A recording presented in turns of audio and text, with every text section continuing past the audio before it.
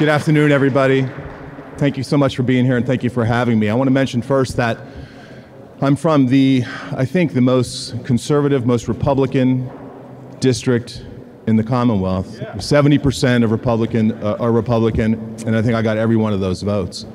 And I have not gotten one email, not one negative phone call, nothing that said anything but keep up the fight and make this law.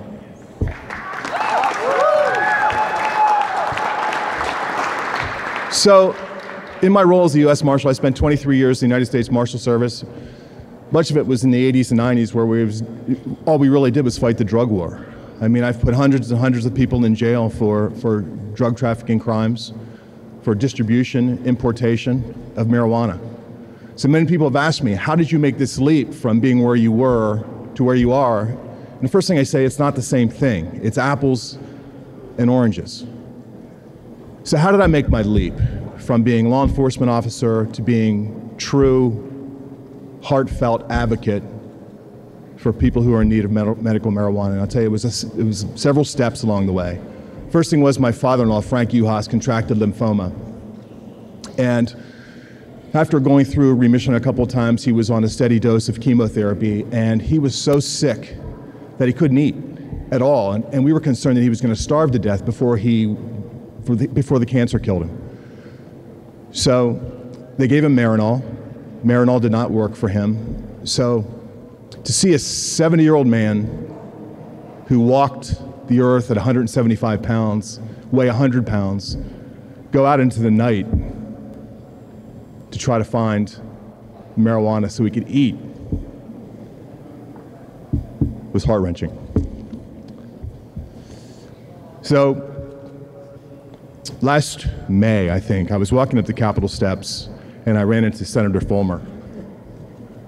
And he said, hey, do you have a minute? And I said, sure, I have a minute. So I stood there for 45 minutes while he went through his vision, which ultimately became Senate Bill 3. And I got to tell you, he made a very compelling case. Not that I was reluctant, but I didn't know the information. I didn't know the data. But he made a very compelling case to me, which caused me to go do my own research. And then we had a town hall meeting together.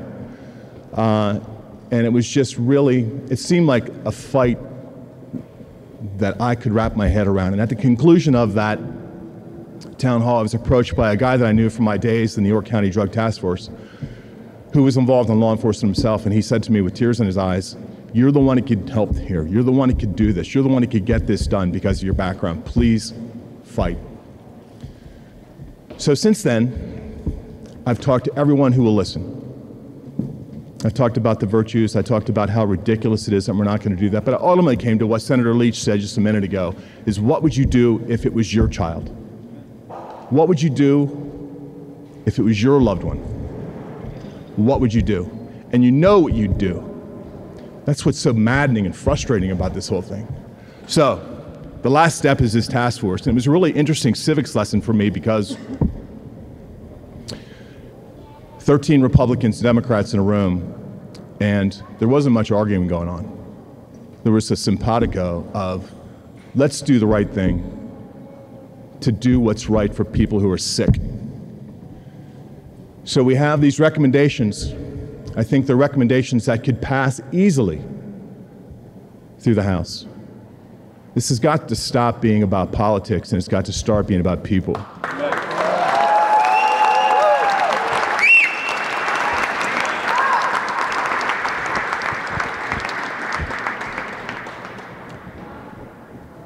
And I will not stop, I won't rest, I won't sleep, and I will not stop fighting until this is law. Thank you very much. God bless.